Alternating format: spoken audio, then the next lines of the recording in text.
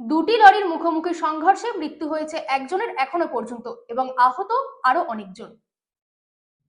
দুটি লরির মুখোমুখি সংঘর্ষ, মৃত এক, গুরুতর আহত আরেকজন।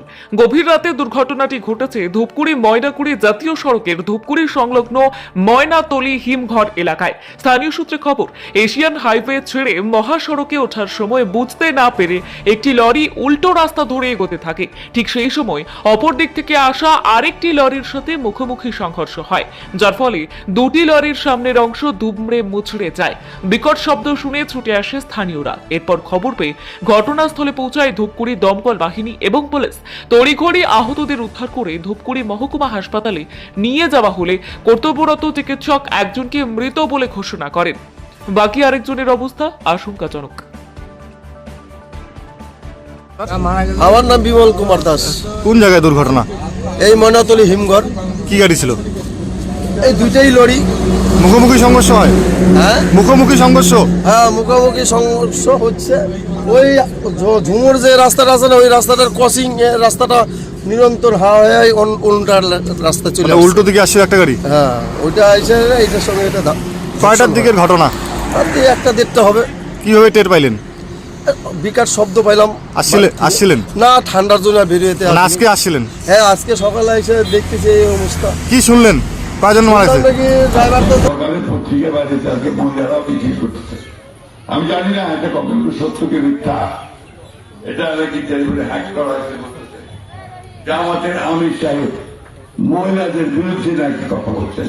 আমি কিন্তু এটা জানি না, আমি সাংবাদিককে জিজ্ঞেস করি। আমি জানি, আই ডোন্ট নো, বাজে কথা বলেছেন। যদি সে হয়ে থাকে, উনি যদি পড়ে থাকেন, তাহলে অন্যায় করেছে, সঠিক করেননি। মহিলারা কখনই তাকে এটা মেনে নিতে পারবে না। তবে জামাতে ইসলামের তো ব্যাপারটাই আছে এরকম। ওরা তো মহিলাদেরকে কাজ করতে দিতে চায় না, বড় মহিলারা ঘরে থাকবে, কাজ করবে কি? এগুলো ওই যে আপনার গার্মেন্টসে যারা কাজ করে মেয়েদেরকে, তাদেরকে বলে দিয়েছে যে 5 ঘন্টার বেশি কাজ করতে পারবে না। তো খাবে কি? কাজ 8 ঘন্টা না করলে খাবে কি? তাই না? আমাদের মেয়েরা যদি স্কুল কলেজে না যায়, পড়াশোনা না করে, চাকরি পাবে কোথায়? কি বলছেন বলেন, কি বলবেন বলেন? হ্যাঁ, সরকারের ওই টাকা সরকারের, কোন সরকারের বাটপাড়ি পুরা মিথ্যা কথা। কোন সরকার কাজ না করলে কাউকে টাকা দেবে হবে নাকি? এরা জামাত ইসলাম এই দেশ থেকে আফগানিস্তানে করে নিয়ে যেতে চায়। জামাত ইসলাম একটা দল, যে দলটা আমাদেরকে সামনের দিকে যেতে বাধা দেয়। আমরা পিছনে যেতে চাই না, আমরা সামনে যেতে চাই। মেয়ে পুরুষ সমান অধিকার নিয়ে এখানে এই দেশে বাংলাদেশে বাস করবে। বাংলাদেশের জনসংখ্যা মেয়েরা বেশি, ছেলেদের চেয়ে। জানেন আপনারা, মেয়েরা, মা বোনেরা, আপনাদের সংখ্যা বেশি। সমান অধিকার ইসলাম ধর্ম বলা আছে। আল্লাহ তাআলা বলছেন যে মেয়েদেরকে তার সমান, তার প্রতি প্রাপ্য অধিকার, সে অধিকার তোমরা অবশ্যই প্রদান করো। এই যে বিষয়গুলোকে ভুল বোঝায় মানুষকে, কিছু ভুল বোঝা যায়। যে গাড়ি পাল্লা ভোট দিলে নাকি বেশ চাপা যায়, যাবে নাকি? যাবে না।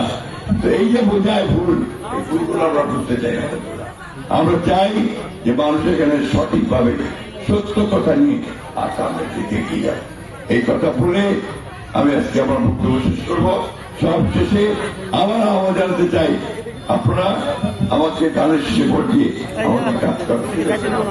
মার্কেটে কি আমার জোরে বলেন, পিছন দিকে বলেন, সনাতন ভাইরা বলেন, মুসলমান ভাইরা বলেন। ইনশাআল্লাহ 12 তারিখে আমরা সবাই ধানের শীষে ভোট দিতে যাবো। আর পরিষ্কার আমরা তরুণ ভাইদেরকে বলতে চাই, আমরা এখানে হিন্দু